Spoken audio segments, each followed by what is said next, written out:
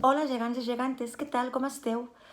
Avui la tasca està basada en crear, està basada en pensar quin és el nostre color preferit.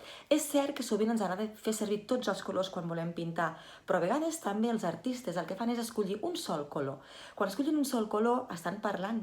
Sí, com m'esteu escoltant, els colors parlen. Els colors ens donen informació sobre com ens sentim, sobre què volem expressar, sobre el que volem dir, sobre el que ens està passant. Jo avui, quan estava pensant en quin color faria servir, m'ha vingut al cap el groc. Per què? Doncs perquè per mi el groc és alegria, per mi el groc és llibertat, per mi el groc és un somriure. I llavors he pensat que avui, ara quan us deixi, el que faré serà crear fent servir el color groc. I vosaltres, ja heu escollit el vostre color preferit i heu començat a crear? Sí? Doncs després ho podeu compartir. Som-hi, doncs. Comencem. Petonets. Fins molt aviat.